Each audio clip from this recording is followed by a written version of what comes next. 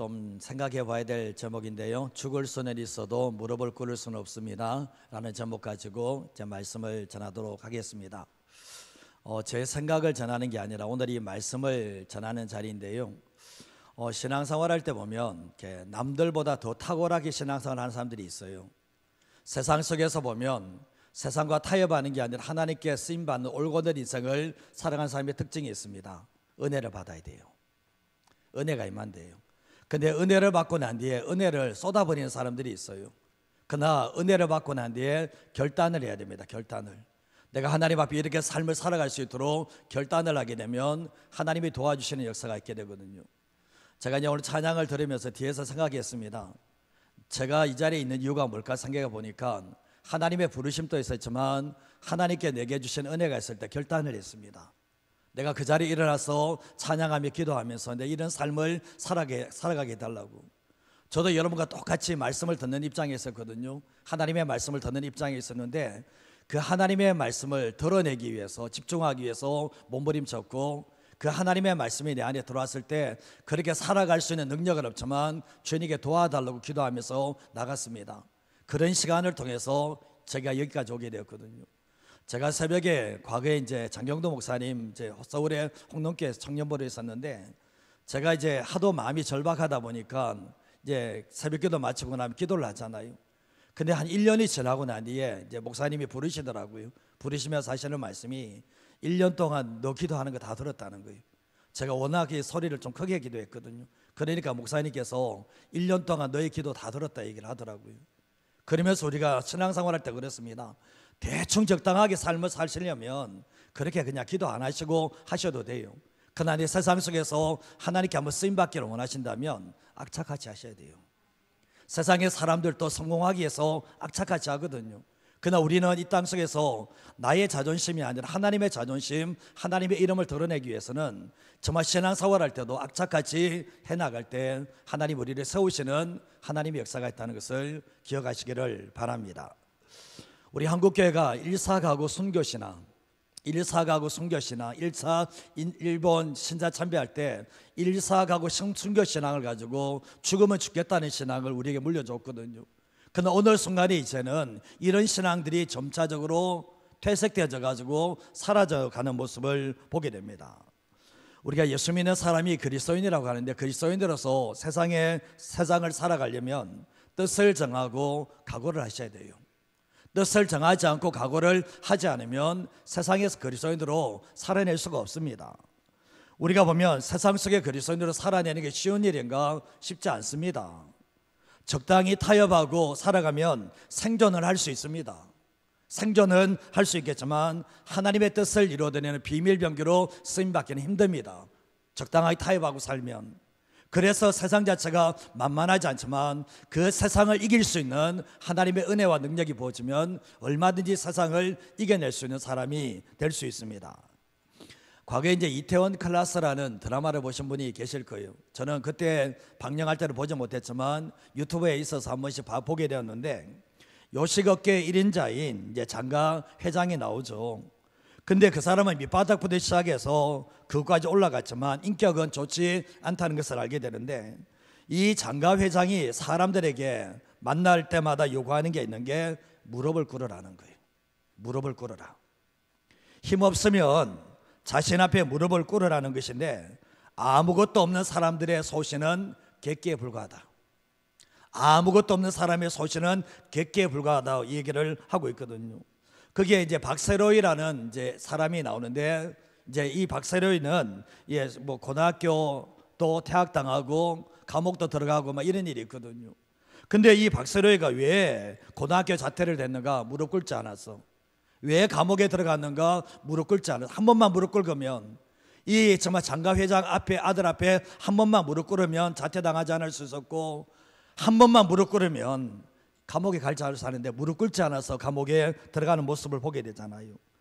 무릎 꿇지 않아서 감옥에서 7년의 세월을 보내게 되는데, 결국은 무릎을 꿇었다면 다 넘어갈 수 있었습니다. 그러나 무릎을 꿇지 않은 그 대가는 참혹했다는 것을 알게 돼요. 근데 아버지가, 이 박세리 아버지가 평상시 때 했던 말 자체가 세상 속에서 소신 있게 살아라, 소신 있게 살아라 그 얘기했는데, 소신 있게 살았던 그 산 결과가 바로 모든 것을 다 잃어버리는 결과가 나타나게 되었는데, 근데 이 장가회장은 힘이 있기 때문에 늘 하는 말이 뭡니까? 내게 무릎을 꿇어라 그러는데, 결국은 나중에 무릎은 꿇지 않았지만 나중에 역전이 되는 일들이 있게 되었습니다. 장가회장이 와서 이 박서리에게 무릎을 꿇는 일들이 있게 되었던 거예요. 영적 세계에서도 마찬가지지 않습니까? 죄가, 세상이, 사단이 우리에게 늘 요구하는 게 뭡니까? 너희들 힘없지 않냐? 너희들 나 못 이겨. 무릎을 꿇어. 죄가 우리에게 늘 하는 말이 무릎 꿇으라고 얘기하고 있고, 그리고 세상은 우리에게 늘 하는 말이 너 그리스도인이라고 내게 무릎을 꿇어. 사단에게 우리에게 찾아와서 늘 하는 말이 너 나 못 이겨. 무릎 꿇어. 이 얘기를 계속해서 한다는 거죠. 근데 세상에 믿지 않은 사람은 다 무릎을 꿇습니다. 근데 예수 믿는 사람들도 보면 정말 우리가 생존하려면 어쩔 수 없기 때문에 죄의 무릎을 꿇고 세상의 무릎을 꿇고 사단에게 무릎을 꿇는 그리스도인들이 참 많은데, 그런 사람을 통해서 하나님은 일할 수 없다는 거예요. 일할 수 없다는 거예요. 믿는 그리스도인들은 얼마든지 무릎 꿇지 않고서 하나님의 도우심으로 살아갈 수 있습니다. 근데 문제는 뭐냐 보면 하나님의 존재보다는 세상이 더 크게 보이고 하나님의 존재보다는 사단이 더 크게 보이니까 무릎을 꿇게 된다는 것을 알게 되죠. 예수 믿는 사람이 지금 이 자리에서 무릎 꿇으면 비굴하다는 걸 알아요. 근데 알면서도 불구하고 무릎을 꿇게 되는데, 하나님의 자존심은 다 무너지게 되는데, 이 마귀가 예수님께 찾아와서 시험하는 장면을 보게 되는데, 마태복음 4장 8절에 10절 말씀에 보면 마귀가 또 그를 데리고 지극히 높은 산으로 가서 천하 만국과 그 영광을 보여주면서 하는 말이 뭡니까? 너가 만일 내게 엎드려 경배하면 이 모든 것을 내게 주겠다라고 말씀하죠. 한마디로 뭡니까? 너가 내게 무릎 꿇으라는 거예요. 그때 예수님이 하셨던 말씀이 뭡니까? 사단아 물러가라. 기록되었을 때 주 너희 하나님께 경배하고 다만 그를 섬기라고 말했을 때 사단이 떠나가는 일들이 있게 되었죠. 가만히 생각해 보면 예수님은 이렇게 대응을 하고 계십니다. 사단이 자기가 무릎 꿇으라고 했을 때, 내 다 죽게 얘기했을 때 예수님은 말씀으로 이겨내는데, 우리는 삶을 살아갈 때 어떨까 생각해 보셔요. 사단이 우리에게 찾아와서 너 내게 무릎 꿇어. 그럼 내가 너에게 다 줄게 이야기하면 우리는 넓적 얼씨구나 생각하면 무릎을 꿇는 사람들이 너무나 많은 시대에 살고 있다는 거죠. 근데 우리가 예수님을 닮아가는 사람이라면 무릎 꿇지 않습니다. 다니엘과 세 친구도 마찬가지지 않습니까? 이제 시험을 당했을 때 뭡니까? 무릎을 꿇으라고 얘기하죠. 왕의 신상 앞에 무릎 꿇으라 얘기를 하고 있고, 우상의 앞에 무릎을 꿇으라고 얘기를 하고 있는데, 결국은 뭡니까? 왕의 신상 앞에 무릎 꿇지 않아서 풀무불에 던져짐으로 통해서 하나님의 역사를 경험했고, 정말 왕의 다른 신에게 절하면, 정말 이렇게 기도하면 사자굴에 던져낸다 했을 때 거기에 무릎 꿇지 않고 하나님께 무릎 꿇음의 결과가 뭡니까? 사자굴에 던져졌지만 살려주시는 하나님의 역사가 있게 되었던 거예요. 하나님께서 죽은 하나님이라면 역사를 안 할 겁니다. 그러나 살아계신 하나님이라면 왕에게 우상에게 무릎 꿇지 않을 때 하나님이 살려주시는 하나님의 역사가 일어나게 된다는 거죠. 세상과 사단은 그리스도인에게 늘 말합니다. 너는 내게 무릎 꿇어라. 너 나 못 이겨. 무릎 꿇어. 이 얘기를 하거든요. 근데 예수님을 만났을 때 우리가 고백하셔야 될 게 뭐냐면 결단하셔야 돼요. 나는 예수님께만 무릎을 꿇겠다고. 나는 예수님께만 무릎 꿇겠다는 그 결단이 필요한데, 이런 결단이 없으면 적당히 타협하고 생존하는 그리스도인으로 살아갈 수밖에 없다는 것을 알게 되는 거예요. 믿음의 사람들은 처음부터 분별 잘해야 되고 처음부터 결단해야 되는데, 내가 예수님을 믿는 순간부터는 죄에게, 세상에게, 사단에게 무릎 꿇지 않겠다는 그 결단이 있어야지만이 세상에서 승리하는 하나님의 사람으로 살아갈 수가 있게 됩니다. 오늘 말씀을 보시면 이제 아수에로 왕이 아각 사람 하만을 모든 신하들 위에 두게 됩니다. 다른 신하들은 모든 사람들이 하만 앞에서 뭐랍니까? 무릎을 꿇고 절을 합니다. 근데 오늘 말씀을 보시면 모르드게는 어떻게 합니까? 무릎을 꿇지 않고 절하지도 않습니다. 이유가 뭡니까? 첫 번째로 하시는 게 뭔가 읽어보도록 하겠습니다. 개인적인 감정이 아니라 하나님께서 기뻐하시지 않기 때문입니다. 왜 다른 사람은 다 무릎을 꿇는데 왜 모르드게는 무릎 꿇지 않냐? 개인적인 감정이 아니라는 거예요. 하나님께서 기뻐하지 않기 때문에 무릎을 꿇지 않는다는 것을 알게 되는데, 미성숙한 사람의 특징이 뭐냐 보면 자기 감정을 자꾸 드러내요. 성숙되지 않은 사람들은 자기 감정대로 말하고 자기 감정대로 행동을 하거든요. 이 절제할 줄은 몰라요. 그러나 성숙된 사람들은 뭡니까? 감정을 다스릴 수 있다는 것을 알게 되는데, 예수 믿는 사람들은 개인의 감정을 앞세우시면 안 돼요. 하나님의 마음과 하나님의 뜻 앞에서 자기의 감정을 드러내는 게 아니라 숨길 줄 알아야 되는데, 왜냐하면 개인의 감정을 하나님의 뜻보다 앞세우시다 보면 하나님이 기뻐하지 않는다는 거죠. 근데 우리가 하나님의 마음, 하나님의 뜻을 개인의 감정보다 더 앞세우는 삶을 살아가야 되는데, 말은 쉽지만 영적으로 성숙하기 전까지는 쉽지 않다는 것, 되지 않는다는 것을 알게 되는 거예요. 근데 우리가 보면 우리의 삶을 살아갈 때 하나님의 마음과 하나님의 뜻을 위해서 삶을 살아가는 사람들은 개인의 감정이 그런 대로 삶을 살지 않아요. 근데 우리가 예수 믿는 사람들은 내가 내 감정대로 말하고 내 감정대로 행동하는 사람이라면 그 사람은 문제가 있는 거예요, 사실은. 정말 예수 믿는 사람들은 하나님의 마음과 하나님의 뜻이 기준이 돼서 이끌림을 받는 삶을 살아야 되는데, 하나님의 뜻과 마음의 이끌림을 받는 사람들은 절제할 줄도 안다라는 거죠. 근데 에스더 3장 1절과 2절 말씀을 같이 한번 더 읽어볼까요?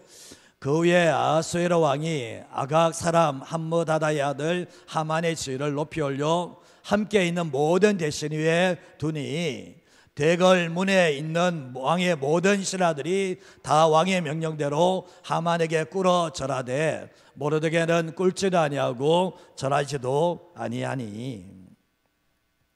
모르드게가 자신이 아니라 하만이 왕의 총애를 잊고 모든 대신에 두니까 시기와 질투가 나서 무릎을 안 꿇는 겁니까? 지금 모든 사람들은 다 무릎을 꿇잖아요. 그러면 하만의 인격을 존중해서 지금 무릎을 꿇고 있는 겁니까? 그것도 아니잖아요, 사실은. 근데 결국 뭡니까? 살아남으려면 어쩔 수 없으니까 왕이 모든 권력을 줬으니까 거기에 절하고 있는 거잖아요. 근데 모르게되는 그렇지 않습니다. 생존이 목적이 아니라는 거죠. 근데 지금 뭡니까? 개인의 감정으로 이러는 겁니까? 이거 아니잖아요. 하나님 아버지의 마음과 뜻을 알기 때문에 뭡니까? 무릎을 꿇지 않는다는 것을 알게 되는데, 이 하만이 어느 나라 사람인가? 아말렉 사람입니다. 아말렉 사람. 근데 우리가 성경 말씀에 신명기 25장 17절에서 19절 말씀을 같이 한번 읽어보겠습니다. 너희는 애굽에서 나오는 길에 아말렉이 내게 행한 일을 기억하라. 곧 그들이 너를 길에서 만나 내가 피곤할 때에 내 뒤에서 떨어진 약한 자들을 쳤고 하나님을 두려워하지 아니하였느니라. 그러므로 내 하나님 여호와께서 내게 기업으로 주어 차지하게 하시는 땅에서 내 하나님 여호와께서 사막에 있는 모든 적군으로부터 내게 안식을 주실 때에 너는 천하에서 아말렉에 대한 기억을 지워버리라. 너는 잊지 말지니라. 하나님께서 아말렉 군대를 얼마나 싫어하는지, 이 아말렉 군대가 이스라엘 백성들이 광야길을 걸어갈 때 힘이 없어서 약한 사람들은 어떻게 했습니까? 피곤하고 지친 사람들 뒤에서 쳤습니다. 하나님을 두려움이 없었습니다. 그래서 하나님께서 하시는 말씀입니까? 이 아말렉에 대한 모든 기억을 다 지워버리라. 한마디로 하면 천하에서 다 싹 쓸어버리라.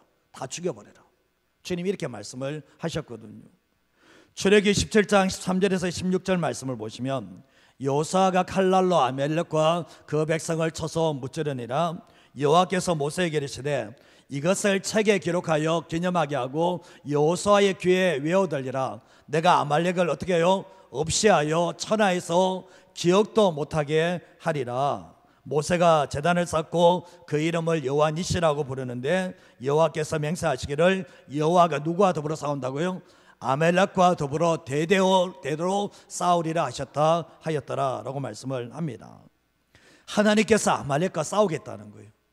정말 모세가 호렙산에서 두 손 들고 기도할 때 아론과 홀이 받쳐주면서 정말 여호수아가 칼날로 이긴 게 아니라 뭡니까? 기도로 통해서, 영적 전쟁을 통해서 이 아말렉을 이겼다면 뭡니까? 이 아말렉은 눈에 보이는 육적인 존재가 아니라 영적인 존재라는 것을 분명히 말씀을 통해서 보게 되는 거예요.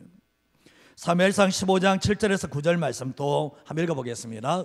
사울이 하윌라에서부터 애굽 왕 술에 이르기까지 아말렉 사람을 치고 아말렉 사람의 왕 아각을 사로잡고 칼날로 그의 모든 백성을 진멸하였으되 사울과 백성이 아각과 그의 양과 소의 가장 좋은 것 또는 기름진 것과 어린 양과 모든 좋은 것을 남기고 진멸하기를 즐겨 아니하고 가치 없고 하찮은 것은 진멸하니라.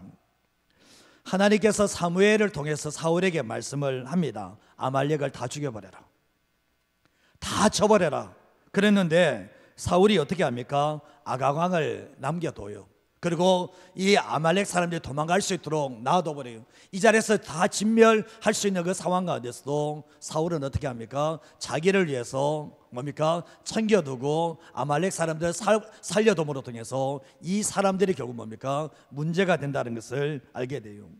사울이 버림받게 되는 이유가 뭐냐 보면 하나님은 아말렉 사람을 다 죽이라고 했는데 죽이지 않음으로 말미암아 자기가 버림받는 일들이 일어났다는 것을 알게 되는 거예요.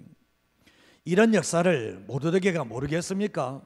지금 하만이 지금 어떤 사람이고 정말 하나님께서 이 아말렉 족속에 대해서 어떻게 생각하는지 모르시겠습니까? 알고 있습니다.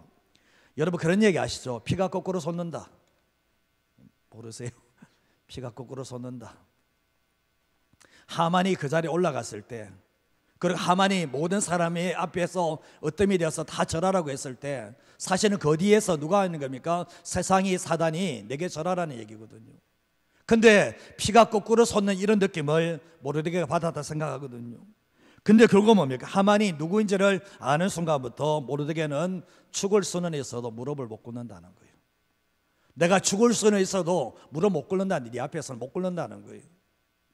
이런 결단이 필요하다는 것을 알게 되는 거예요. 이게 개인적인 감정입니까? 이게 개인적인 사소한 감정이 아니라 이게 하나님이 얼마나 싫어하고 아말렉 사람을 얼마나 싫어하는지를 알기 때문에, 하나님의 마음을 알기 때문에, 하나님이 기뻐하시는 것을 알기 때문에 무릎을 꿇지 않는다는 것을 알게 되는 거예요. 하나님을 대적하고 하나님의 백성들을 가장 힘들게 했던 아말렉 사람들, 그 뒤에서 누가 역사하는가? 사단이 역사한다는 걸 알기 때문에 그건 뭡니까?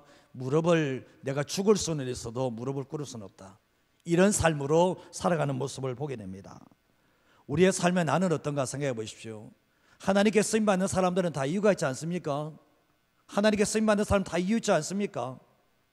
삶을 살아갈 때 세상에 적당하게 타협하고 삶을 살아가는데 주님이 사용하시겠습니까? 사용하지 않습니다. 주님은.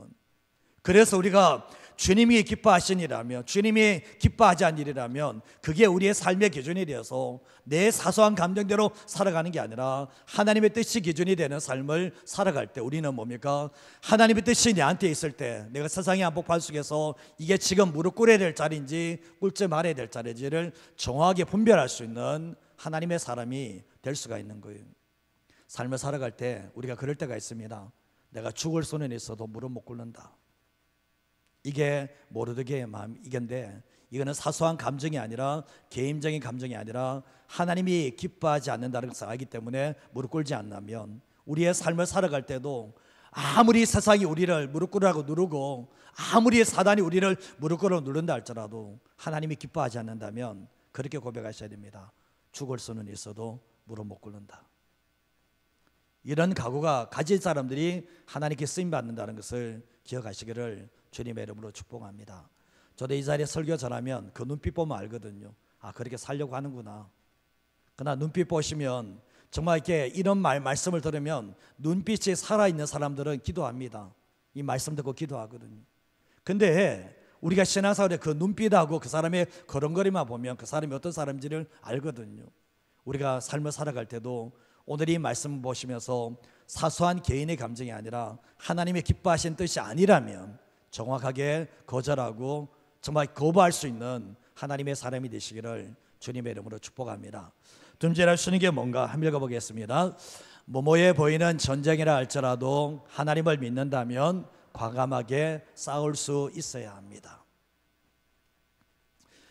무모한 전쟁이라 할지라도, 보이는 전쟁이라 할지라도 하나님을 믿는다면 그 무모한 전쟁에서 싸움을 할 줄 아는 것이 바로 그리스도의 모습이 되어야 된다는 거예요. 10월 27일 날 우리가 광화문에 가서 12.7 한국교회 연합 예배 드리고 큰 기도회를 하게 되었잖아요. 정말 세상 사람들이 봤을 때는 무모한 전쟁입니다. 사실은 계란으로 밥 깨는 거거든요. 근데 이 무모한 전쟁이 실패를 하는가? 이 영적 전쟁이 실패를 하는가? 실패하지 않습니다. 하나님 믿고 과감하게 싸우면 정말 그 거대한 세력이 물러나지 않을 것 같지만 가보면 물러나간다는 게 그게 하나님의 믿는 사람의 특징이거든요.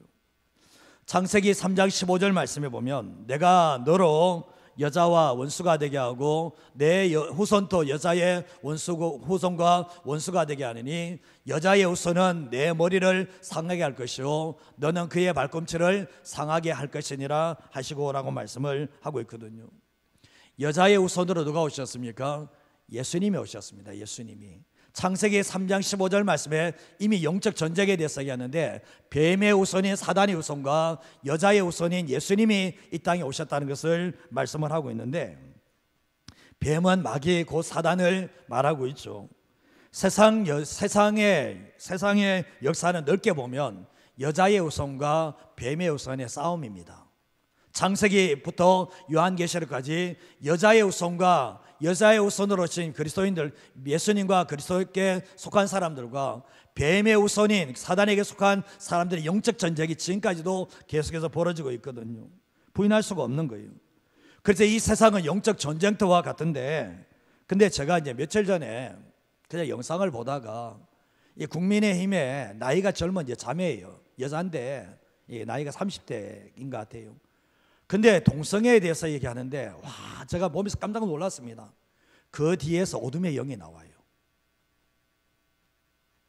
동성애에 찬성하는 그 공격하는 거 보고 깜짝 놀랐습니다. 제가 나는 그분에 대해서 전혀 몰랐거든요. 근데 동성애에 대해서 보다가 그분이 이야기하는 거 보게 된 거예요. 야, 보면서 깜짝 놀랐던 게 정말 심각하구나. 사단의 세력이 저기 있구나. 이런 생각들을 해본데, 국민들은, 예수 믿는 사람들은 그런 분 찍어주면 안 돼요. 그런 분 찍어주면 위험해요. 사실은 하나님의 말씀과 정반대가 있거든요. 어린 다윗이 어떻게 전사인 골리앗을 이길 수 있습니까? 상대가 됩니까? 상대 안 되잖아요. 누가 봐도 무모한 전쟁입니다. 다 말리잖아요. 나가지 말라고, 싸워서는 안 된다고. 근데 다윗이 어떻게 합니까? 다른 사람이 다 말려도 나갑니다. 왜 그랬습니까? 이게 무모한 전쟁이라 할지라도 하나님이 기뻐하신 전쟁이니까 어떻게 됩니까? 하나님, 만군의 여호와 하나님을 믿고 전쟁에 나갔을 때 졌습니까? 그 전쟁이 이겼잖아요. 우리의 삶을 살아갈 때 그렇습니다.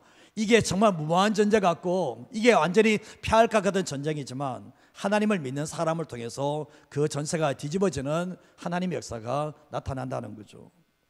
에스더 3장 3절에서 4절 말씀을 보시면 대궐 문에 있는 왕의 신하들이 모르드게에 이르되 너는 어찌하여 왕의 명령을 거역하느냐 하고 날마다 고나되 모르드게가 듣지 아니하고 자기는 누구를 인목을 밝힙니까? 유다인임을 알렸더니 그들이 모르드게의 일이 어찌 되나 보고자 하여 누구에게 말해줍니까? 하만에게 전해주게 됩니다.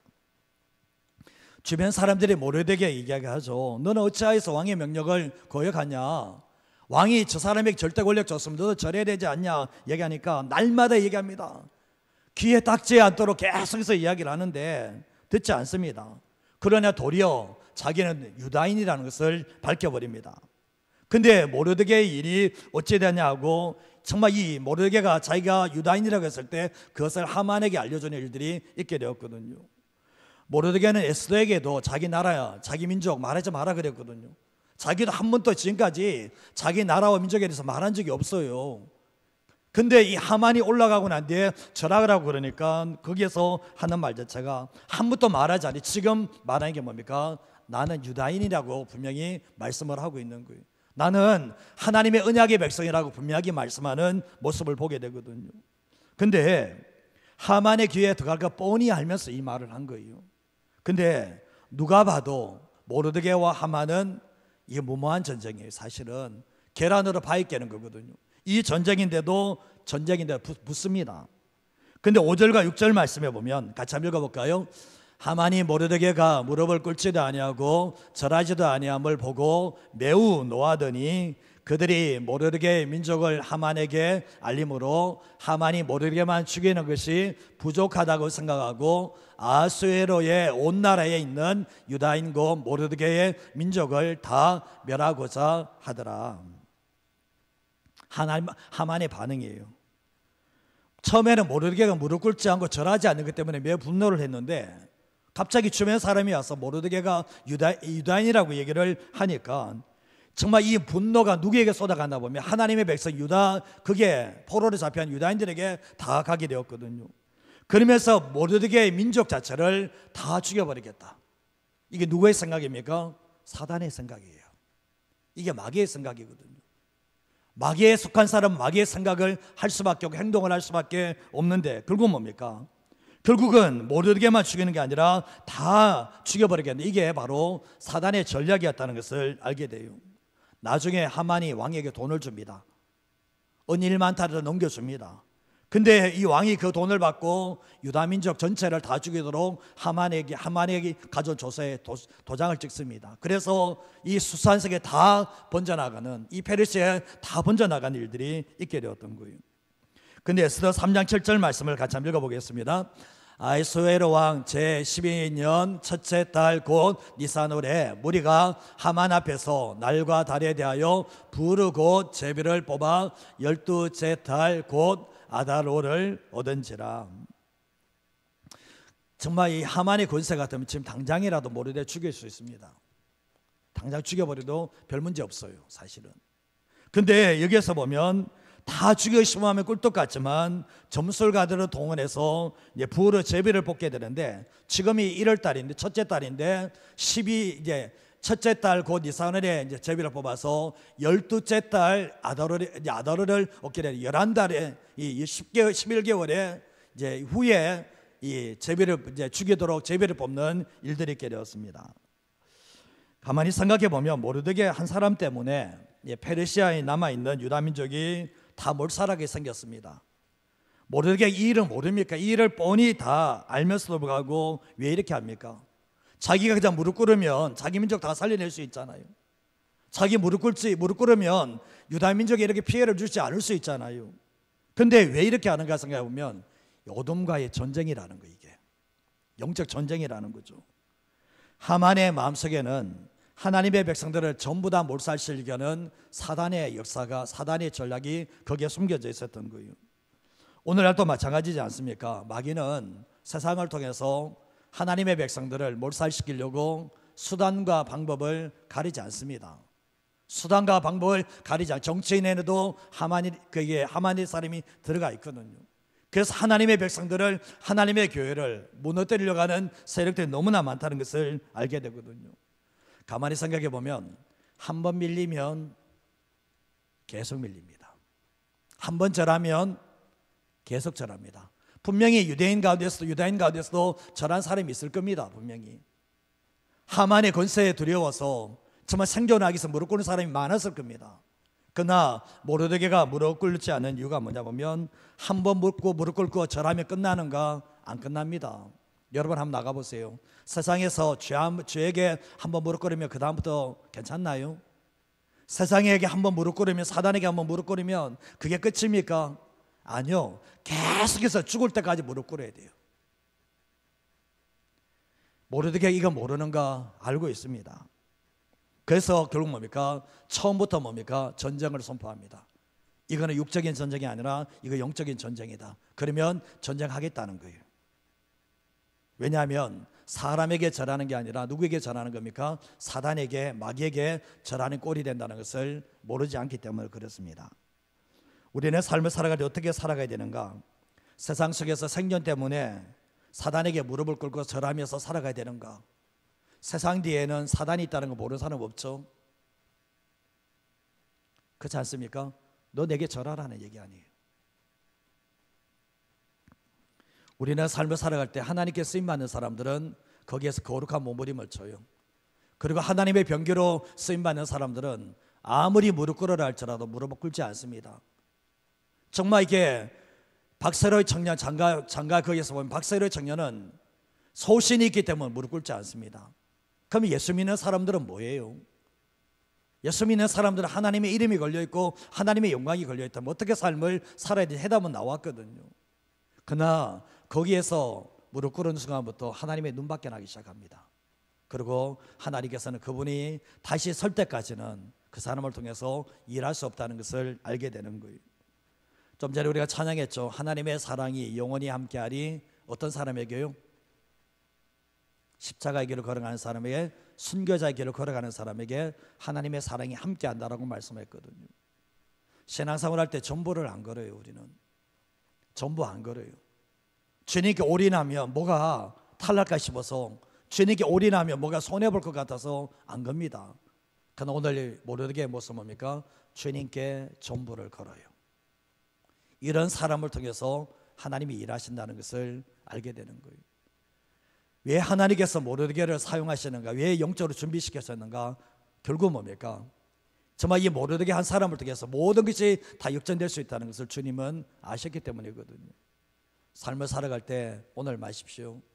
어제 제가 친구에게 그런 얘기를 좀 했습니다. 이렇게 무릎 꿇는 것에 대해 좀 많이 얘기했거든요. 세상은 항상 우리에게 찾아옵니다. 무릎 꿇어라. 사단은 항상 우리의 귀에 속삭입니다. 너 내게 무릎 꿇어라. 그럼 너 살 수 있다. 그 소리를 듣는 순간부터 우리는 주님을 놓치게 되고 주님을 버리게 됩니다. 오늘 이 말씀 들으시면서 어떤 선택을 하시겠습니까? 어떤 결단을 하시겠습니까? 적당히 살시다가 하나님의 부르심을 받든지, 아니면 정말 결단하고 무릎 꿇지 않고 끝까지 주님의 길을 가든지, 선택은 저와 여러분의 몫입니다. 그러나 우리가 신앙이 준비되어질 때 세상 속에서 무릎 꿇지 않고, 사단에게 무릎 꿇지 않고, 죄에게 무릎 꿇지 않고 하나님의 사람으로 서 나갈 수 있다는 것을 기억하며 살아가는 우리 모든 성도님 됐으면 합니다. 저는 이 새벽에 그런 분이 계셨으면 좋겠어요. 정말 죄와 세상과 사단에게 무릎 꿇었다 할지라도, 하나님, 이제는 내가 그런 삶이 아니라 좀 하나님께만 무릎 꿇겠습니다는 그런 결단의 기도에 사람이 있다면 하나님께서 다시 그 회개를 받으시고 그 사람을 사용하시는 하나님의 놀라운 은혜가 있다고 믿습니다. 그래서 우리가 오늘 이 말씀 기억하시면서 죽을 수는 있어도 무릎을 꿇을 수는 없습니다. 이것이 저와 여러분의 고백이 되고 결단이 되는 삶이 되시기를 주님의 이름으로 축복드립니다. 이 시간까지